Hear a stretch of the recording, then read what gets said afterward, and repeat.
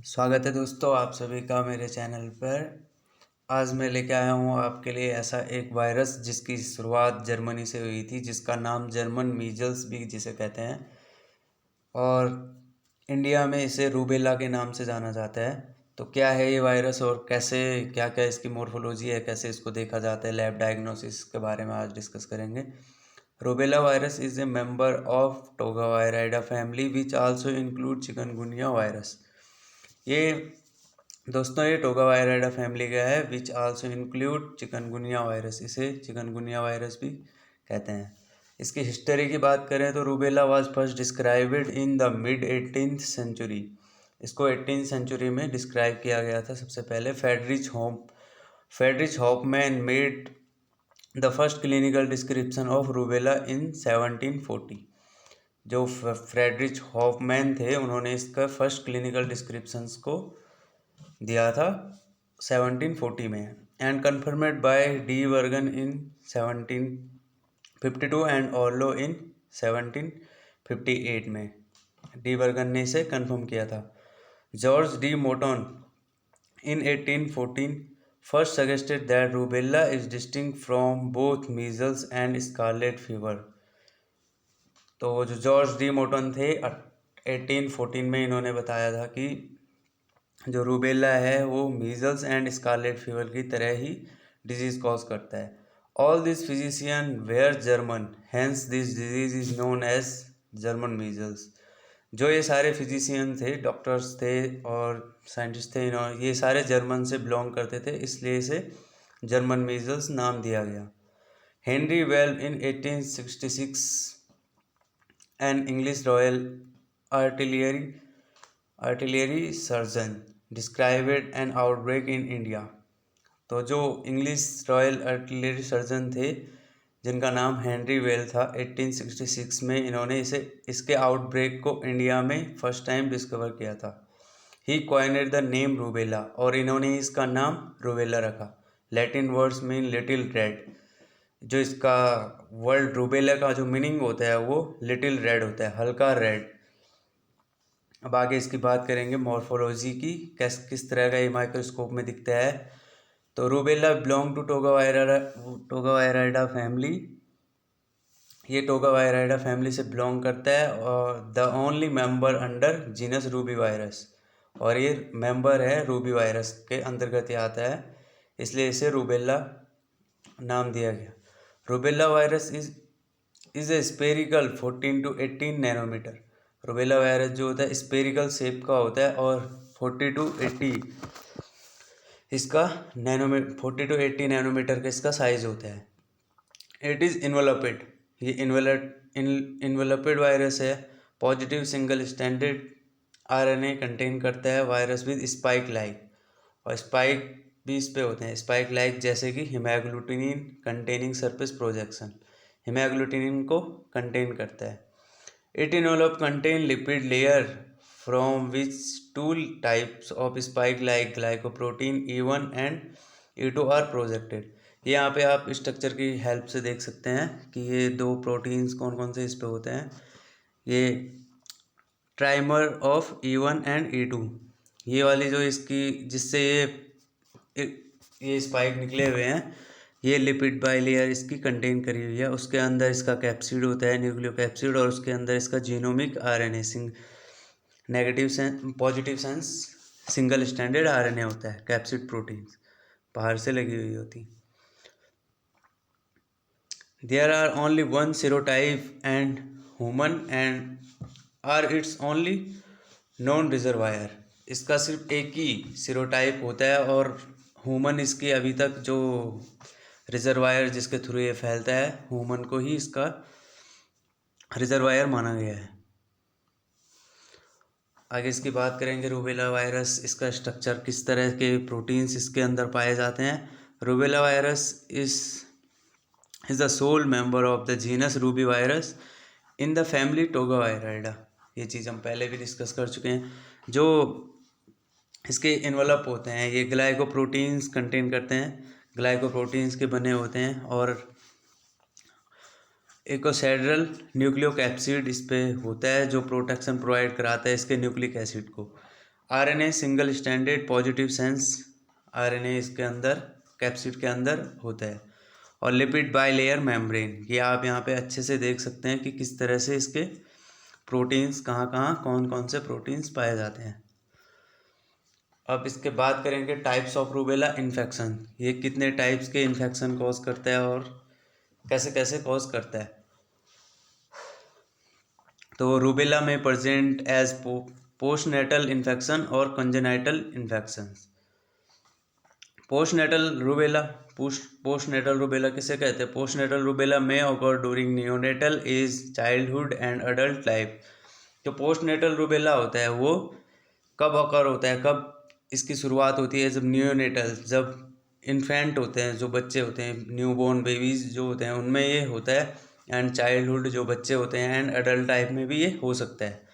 Transmission इसका फैलता कैसे है एक दूसरे में? Rubella virus spread from person to person contact, वो बहुत ही कॉमन इसका वो है ट्रांसमिशन है, पर्सन टू पर्सन कॉन्टैक्ट से फैलता है। By respiratory droplet, by upper respiratory mucosa.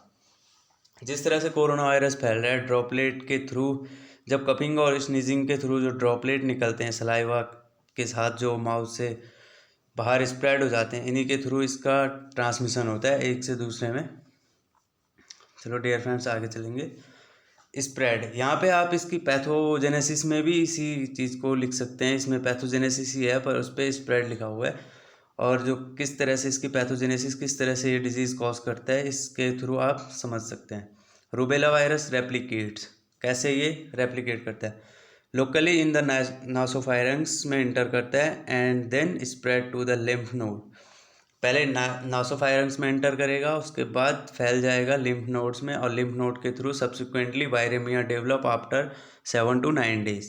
और उसके बाद ये वायरेमिया डेवलप करेगा 7 से 9 दिन के बाद।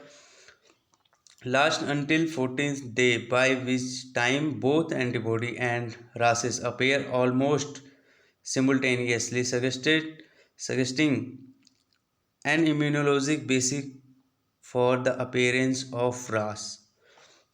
जो रास होते हैं, इसका सेप्टम्स होता है, स्किन पे चकते चकते टाइप के बनते हैं, वो अपेयर होते हैं आफ्टर, जब प्रोडक्शन हो जाता है इसके बोथ एंटीबॉडी का, IgG IgM दोनों तरह की एंटीबॉडीज जब ब्लड में बन जाती हैं इसके अगेंस्ट फाइटिंग के लिए, उसके बाद इसके साइन एंड सेप्टम्स शो होते हैं। इसके क्लिनिकल मैनिफेस्टेशन यहाँ पे आप देख सकते हैं कि किस तरह से इसके ये रासेस होते हैं, यहाँ पे अच्छे से दिया हुआ है। ओ सॉरी, थोड़ा back back back back.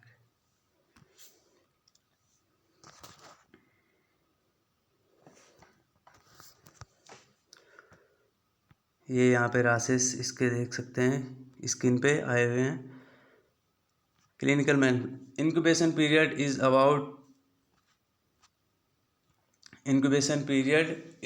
14 day.